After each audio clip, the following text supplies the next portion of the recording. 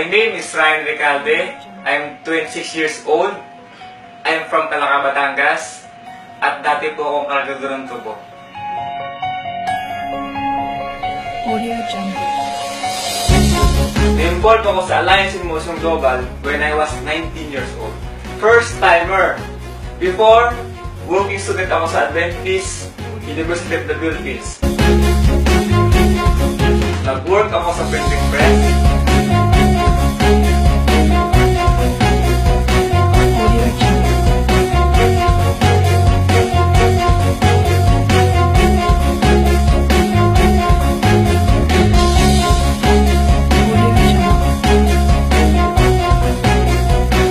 At dito na-introduce sa akin ng AIM Global. At doon nabuksan ang isipan ko at nabuhay ang mga pangarap ko.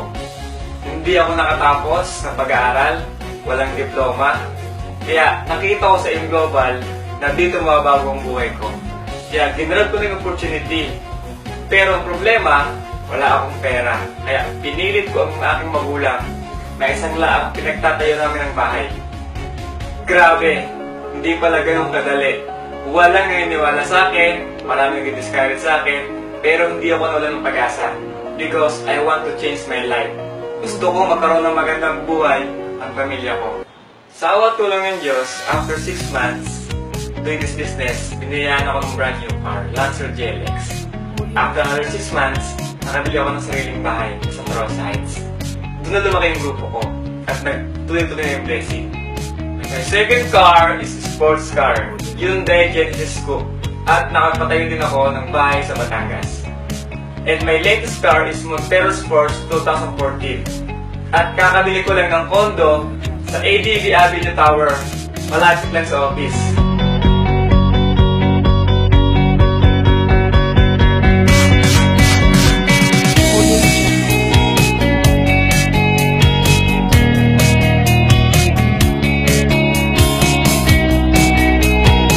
At nakapag-travel na rin ako sa iba't ibang bansa. In my 6 years sa AIM Global, lahat ng meron ako ngayon, lahat ito ay galing sa AIM Global. Na-realize ko na bago mo ko isang bagay, kailangan mo talaga paghirapan. Basta huwag ka lang susuko at huwag mong sayangin ang oras mo. Lagi na mag-pray at magtiwala sa Diyos dahil lahat kayang ibigay sa tamang panahon.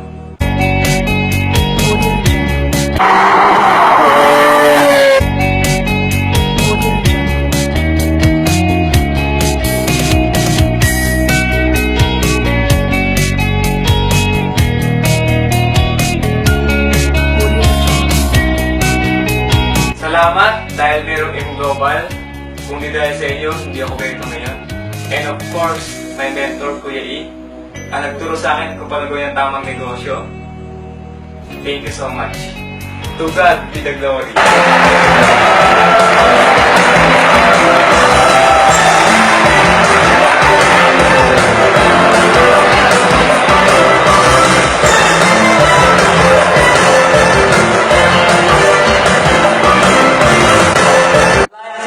Global, these awards makes me inspired.